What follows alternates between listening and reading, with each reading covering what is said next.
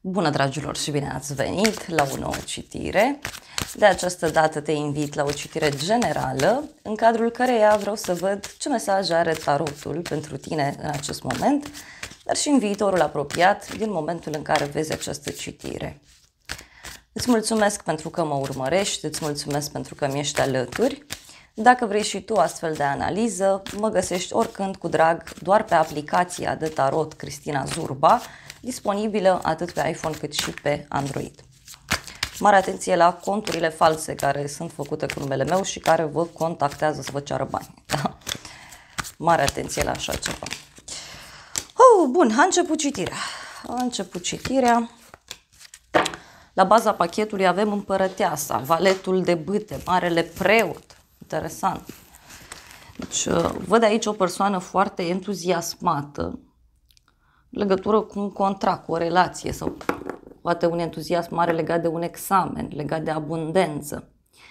Pentru unii văd clar o legătură cu zodia Taur sau Balanță, însă ce văd aici este că ești într-un moment în care, dacă ești femeie, ești hotărâtă să-ți oferi mult timp ție, să te simți ca o împărăteasă, să te răsfeți. Este o perioadă în care vrei să ai grijă de casă, de tine, de oamenii din jur. Dar mai văd aici clar că este și un moment în care o femeie din viața ta ar putea avea un rol extraordinar de important. Poate ești și într-o perioadă în care te ocupi foarte mult de un proiect sau de ceva drag sufletului tău. Temperanța, o altă arcană majoră care, uite, spune despre o legătură cu un săgetător pentru unii, dar în general simt eu aici că este un moment în care tu te-ai hotărât să-ți faci liniște și pace în viața ta. Este un moment în care simți nevoia să te echilibrezi din punct de vedere energetic. Pot fi oameni care îți cer ajutorul în perioada aceasta, dar este clar că temperanța poate să vorbească și despre un moment de împăcare, da? De revedere. Poate să însemne și vindecare pentru unii dintre voi. Poate să fie o vindecare de suflet sau poate să însemne un moment în care tu îți cauți echilibru, îți cauți liniște. În continuare avem judecata, ok, deci este a treia arcană majoră. Aici e clar că din punct de vedere personal tu treci printr-o perioadă foarte intensă din punct de vedere emoțional. Da? Se întâmplă tot felul de evenimente sau viața privată te influențează foarte mult. Judecata, uite, vine cu o veste puternică, o veste mare, care fie are legătură cu un grup de oameni din care faci parte, fie judecata poate să vină cu o veste de la cineva. Este o veste mare care, știu eu, te poate face să reînvii la viață. Pentru unii văd clar aici foarte puternic ideea de revedere, de împăcare. Pentru alții poate să însemne și un moment în care aveți o discuție importantă cu cineva. Pentru că stai, îți calculezi bine cuvintele, emoțiile și după aia zici lucrurilor pe nume. Hai să vedem despre ce este vorba. Temperanța. Litigii și copil.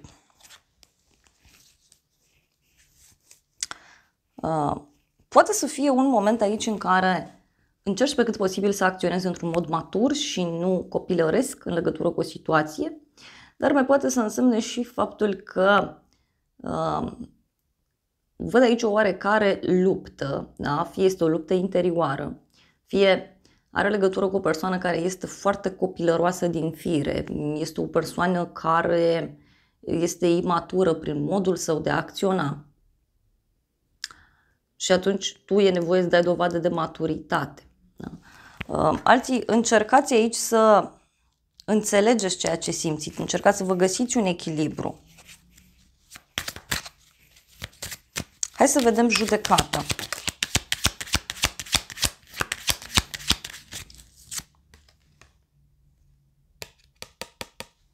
Din nou, deci cineva care riscă, da? Deci e cineva care vrea să stea la masă cu tine și să aveți o discuție clarificatoare. Da? Poate să însemne și o veste importantă pe care o primești de la un bărbat brunet sau de la o persoană sigură pe ea. Avem și o femeie brunetă aici.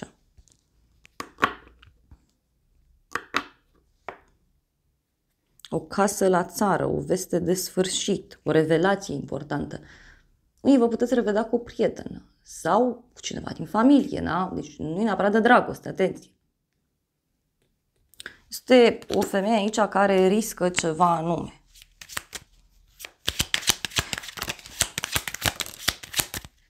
Vizită, deci este clar o vizită pe care o primești. Și cineva care îți vine în vizită, cineva care vrea să se apropie de tine. Și avem aici o revelație importantă privind un sfârșit, privind o eliberare.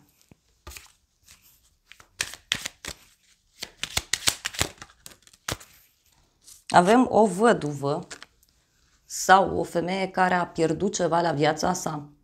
O relație, o persoană, un proiect mare, o casă, ceva. Și avem aici, uite, mulți bani și sfârșit.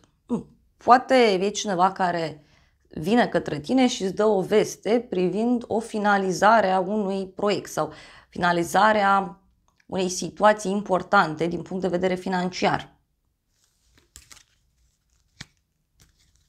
Dar e și ceva legat de iubire.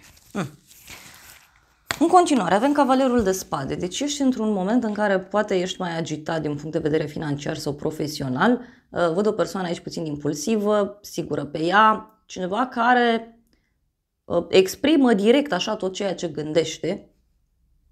Dar poate să fie și un moment în care tu ești determinat sau determinată să faci ceva mare. Uite, avem un 3 de spade, deci o veste care, știu eu, poate nu place, nu convine.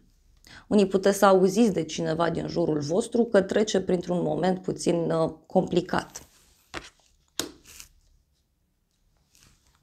Hai să vedem. Cavalerul de spade. Excursie. Deci poate să apară un drum neprevăzut sau o veste surprinzătoare legată de un drum. Avem căsătorie, discuții în contradictoriu, revelație.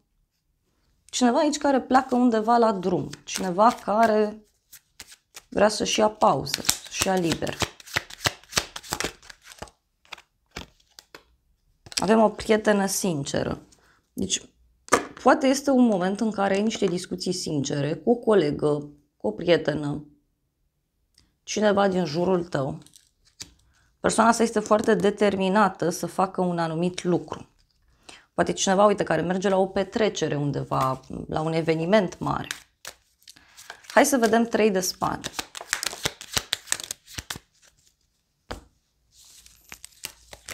Avem cadou, victorie, triumf. Interesant. Poate, din punct de vedere profesional sau financiar, apare o victorie, apare un cadou, apare ceva mare, doar că treiul ăsta de spade poate avea legătură cu viața privată și ca și cum zici, băi, dar parcă nu pot să mă bucur, da? Ceva legat de niște bănuți.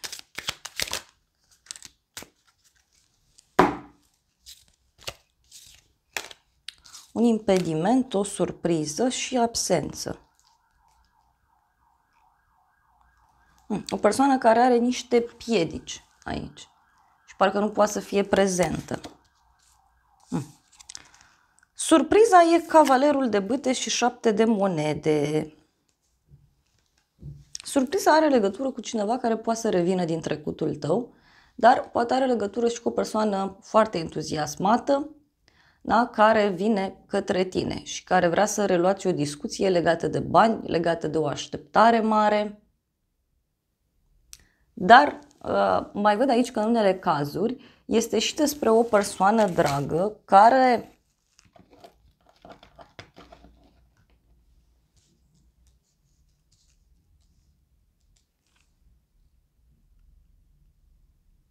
acționează într-un mod ciudat aici. Hai să vedem cavalerul de bâte. Deci cineva care dă dovadă de curaj.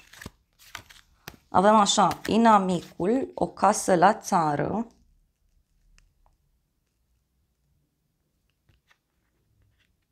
O persoană aici care se ascunde sau surpriza poate avea legătură cu o poveste de iubire de prin trecut care iese acum la suprafață pentru unii dintre voi. Și să vedem, 7 de monede.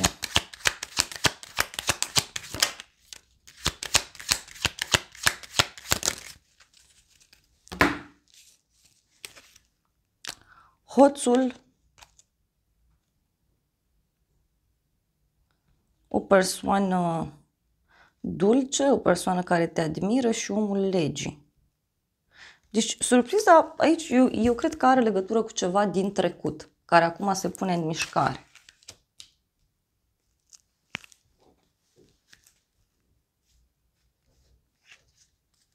Poate este o veste legată de o sumă de bani, poate are legătură cu ceva, repet, care s-a întâmplat undeva în trecut și care acum poate să iasă la suprafață. Avem cineva care se retrage, cineva care fuge. Poate să însemne și o amânare pentru unii dintre voi. Avem iubire, bârfe. Hai să vedem ce zice și tarotul meu.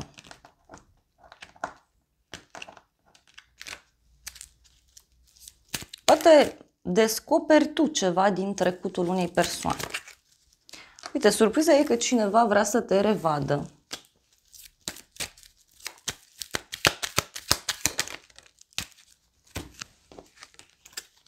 Intrigi între femei și ești lăudat, onorat. Deci persoana aceasta vrea să te revadă. Aici pot apărea niște discuții în contradictoriu sau poate să fie un moment complicat, agitat. Doar că tu ești lăudat, ești onorat în legătură cu o situație anume. Și surpriza, să știi că are legătură cu o veste despre un final și cu noutăți plăcute. Deci, o veste despre final cu noutăți plăcute. Afli de cineva că reușește să finalizeze un anumit demers. Sau întâlnirea asta, discuția asta în contradictoriu, vestea asta care apare, probabil te determină pe tine să pui punct la ceva anume. Dar este un sfârșit care zic eu că te ajută. Pentru că e o persoană aici puțin vicleană, da? Persoana aceasta, nu știu, parcă minte în continuu sau este o persoană care nu poate să fie sinceră, nu poate să fie corectă. Are o problemă. Și procesul și judecata poate să reprezinte și faptul că îi se face dreptate. Sau că persoana aceasta, după ce că minte, înșală sau nu-i sinceră, mai vrea să îi se mai dea și dreptate sau mai vrea să fie și îndreptățită. Hai să vedem oracolul ce spune. Sarcină, sănătate, acceptare, înțelepciune.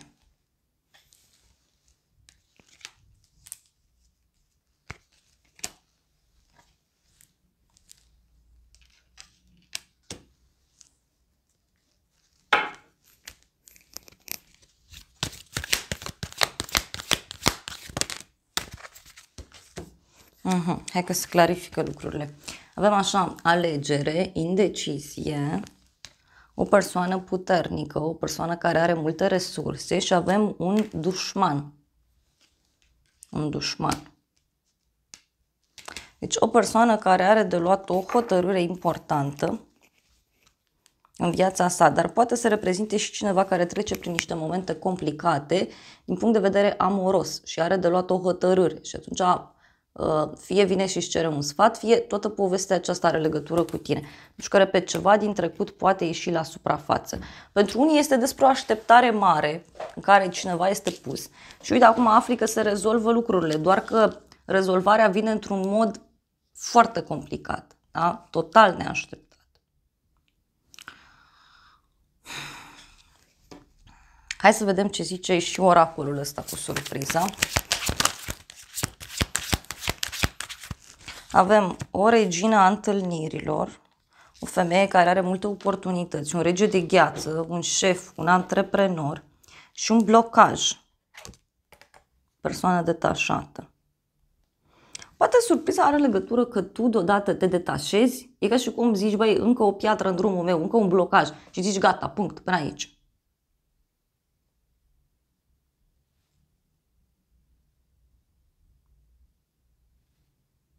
Mai poate să însemne pentru unii și un blocaj, da, pe care cineva îl întâmpină și parcă persoana asta profită de acest moment să vină către tine. Mai vreau o carte.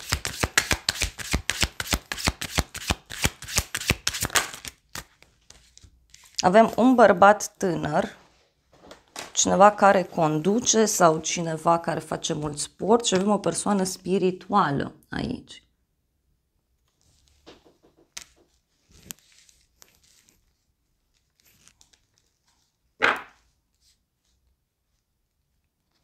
Ceva ce se termină într-un timp scurt. Libertate, o femeie blondă, o femeie matură sau brunetă și un destin. Deci parcă e ceva foarte alambicat aici, foarte încurcat. Are legătură și cu o eliberare puternică a cuiva din jurul tău.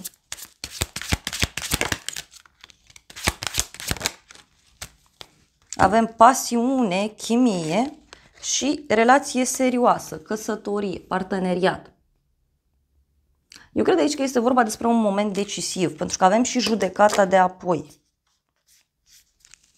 Și judecata de apoi. Deci e clar că ceva din trecut acum se dezvăluie sau poate să revină în atenția ta. Hai să vedem ce zice și oracolul meu.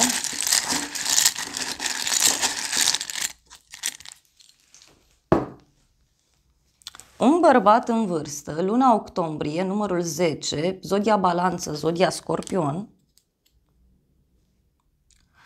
călăuzire, cadou, deci un cadou sau o surpriză. Luna septembrie, zodia Fecioară din nou, zodia Balanță, numărul 9 sau cifra 9, care reprezintă clar un sfârșit de ciclu, cu mesajul companie plăcută. Ziua de joi, cadou, deci se repetă acest mesaj cu ideea de cadou, surpriză. Telefon, inițiala T, cineva care poate îți dă un mesaj, un apel telefonic. Cifra 6 cu mesajul împăcare, grijă. Brunet, brunetă, inițiala Y. Chakra 3, putere personală. Inițiala U cu mesajul noroc. Iar ultimul mesaj este chakra 2 cu mesajul eros, senzuală. Poate să fie aici cineva care revine în viața ta. Este o persoană din trecutul tău. Da? Poate să fie și asta. Cineva care revine din trecutul tău și care îți poate da totul peste cap. Dragilor, acestea au fost previziunile de această dată. Eu vă mulțumesc pentru prezență, vă îmbrățișez cu drag. Sper din suflet să vă fie de folos informațiile, dar simt că pentru cei care ați rămas în acest moment lângă mine, să mai extrag niște mesaje.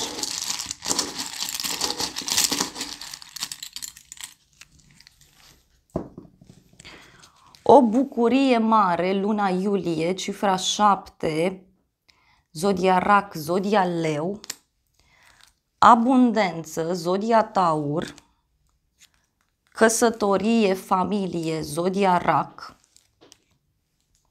luna mai, cifra 5, zodia Taur, zodia Gemeni, te vorbește cineva de bine.